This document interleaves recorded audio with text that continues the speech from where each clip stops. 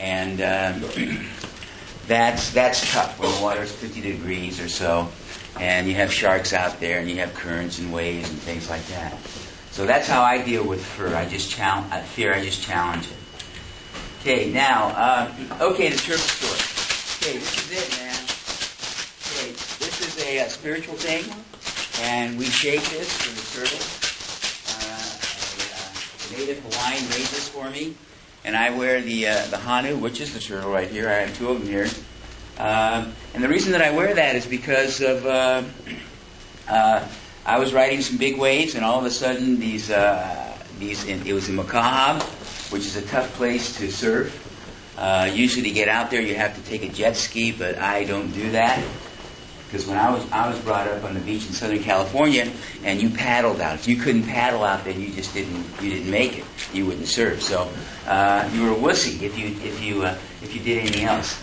Okay, or if you wore a wetsuit.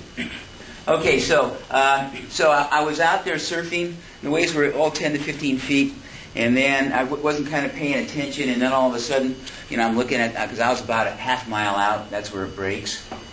And I'm looking at the beach there, and all of a sudden I turn around and I see these two monster waves coming at me. And I said, "Oh my God, I'm in trouble." And I wasn't really in position because I just wasn't, prepared for it. And these are called rogue waves, and this happens in Hawaii. And I've seen it happen before, and it's really very dramatic. All of a sudden, two waves just build up, and you don't realize it, and you get sucked into it. So I was gonna try to get in position, possibly ride it or just get over them. So the first wave, I got up like this, like a mountain, and I didn't make it, and it just threw me down, and I was just buried in 30 foot. And you saw how the curls and all the soup and everything like that, like you're in a washing machine, and you can't feel the bottom. And all of a sudden, I panicked, and I thought I was going to drown. And then I said, "No, I'm not going to drown." And because of my training, because I was in special services and in the military, and so then I gathered myself, I focused, I refocused, and I was able to bring in more air, relaxed, and I found the bottom. And then I pushed up, and then I looked, and the second wave came, and of course I didn't make that. And that just crushed me again. And then I was under there, and I'm looking around, I'm just exhausted, I'm like beat up, and I saw the turtle.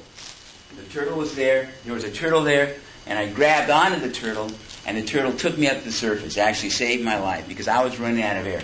I wasn't sure if I was going to make it to the top. I was trying because I was just buried with water. And it's like in a washing machine. You try to grab. There's no grip on the water there. It's just all foam. And so then the turtle took me to the surface, and I just stayed with it for a while, and then he took off. So ever since, the hanu, the turtle, is my friend, is a spirit.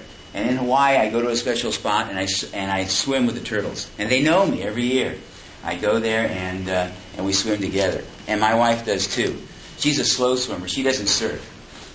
So when I came in at the beach, the lifeguards, they refused to go out. They were afraid to go out. And so then when I came in, they asked me if I needed help, and I said no.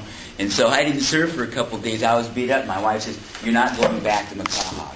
So I respected her decision, and I didn't go back there. So that's the turtle story. Okay, hey, have a wonderful summer. You guys were great, and aloha.